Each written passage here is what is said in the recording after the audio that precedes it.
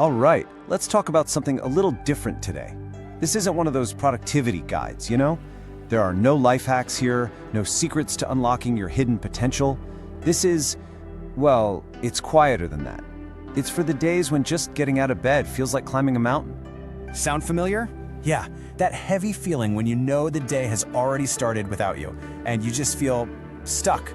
It's a feeling that those perfect aesthetic morning routines you see online just can't touch. This is for those mornings. So, let's just reframe the goal, okay? The point isn't to conquer the day, it's just to survive it with a little bit of kindness. We're talking about a survival routine, just a few tiny, super manageable things you can do to meet yourself right where you're at. The goal isn't perfection, it's just gentle movement. Before we do anything, we kind of have to acknowledge where we're starting from. And sometimes that starting point is just feeling completely overwhelmed. So this first part, it isn't really a task. It's more about compassionately admitting that, yeah, this is hard. Okay, here's the very first action. And I want you to notice how small this is. You can literally do this from your bed. Just reach over, pull the curtains open, and if you can, crack the window open just a tiny bit. That's it. That is the entire step. We're talking, what, 30 seconds? Probably less. It takes longer to scroll through your phone. This isn't some big commitment, it's a micro action. It's so small that it kind of sneaks past that part of your brain that's screaming, I can't do anything. And here's why this works. That little bit of soft light helps tell your brain it's daytime. Hearing a little bit of the world outside, a car passing, the wind, it reminds you that life is going on. It gives you a tiny connection to the world, but with zero pressure to actually go out and join it. You're just letting it in, on your own terms. Right, on to our next step. This one is all about getting back a tiny little piece of control. You know how when your head feels messy and chaotic, your space starts to look that way too? Well, this is about gently and very deliberately pushing back on that. Just look around you for a second. The idea of cleaning the whole room is probably a lot, right? So we're not going to do that. Nope. Instead, just pick one tiny island of calm. It could be your nightstand, a corner of your desk, one single shelf. Just pick one surface. You know, this kind of taps into this beautiful Japanese concept called ma. It's all about the value of empty space, the pause between things. Basically, it's about breathing room. When you're totally overwhelmed, creating ma everywhere is impossible. But you can create it on one small surface, and that little pocket of order becomes a visual anchor for your brain. And really, at the end of the day, taking a minute to move a glass or stack a couple of books, it's not actually about tidying. It's a mental thing. It's real, tangible proof that you're not powerless, that you can still make a small, positive change in the world right around you. And that leads us right into our third and final step. Let's call this minimum viable self-care. This is just about showing up for your physical body in the most basic, fundamental way you can. No pressure, no complicated routines. I mean, look how simple this is. This is not a 10-step skincare routine. It's water. That's it. Just walk to the bathroom, splash some cold water on your face, and drink a glass of water. Done. Maybe you brush your teeth, maybe you don't.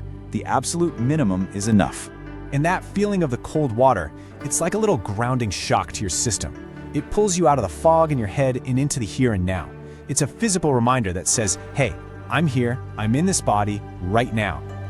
The goal isn't to be perfect, it's just to be present. So we've got our 3 little steps: light and air, one clear surface, and some water. But let's just pause for a second and talk about why this actually works. Because these things seem so tiny, right?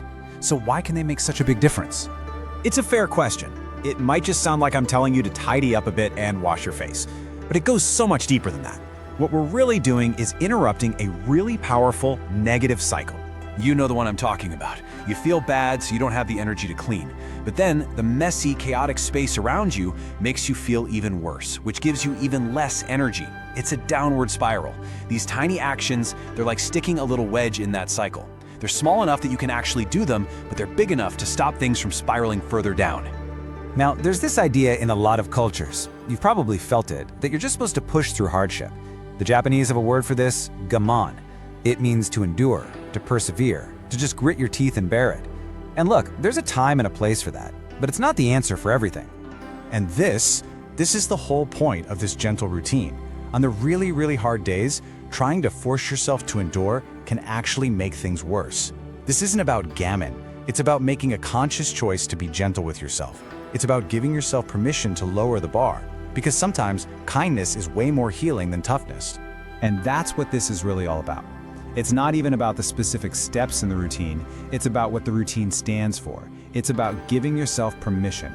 Permission to be exactly who you are and exactly where you are with no judgment. I really want you to let that sink in for a second.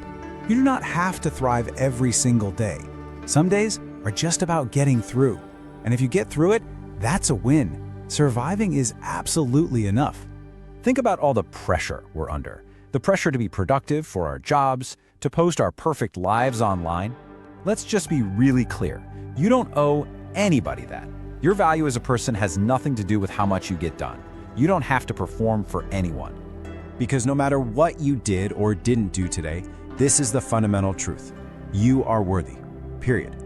Your worthiness doesn't go up or down with your motivation levels. Even on your absolute hardest day, you are still so worthy of your own kindness. So I'll just leave you with this question. Maybe you'll try one of these little steps. Maybe you'll do something totally different. The what doesn't matter nearly as much as the why. So, how are you going to show yourself just a little bit of gentleness today?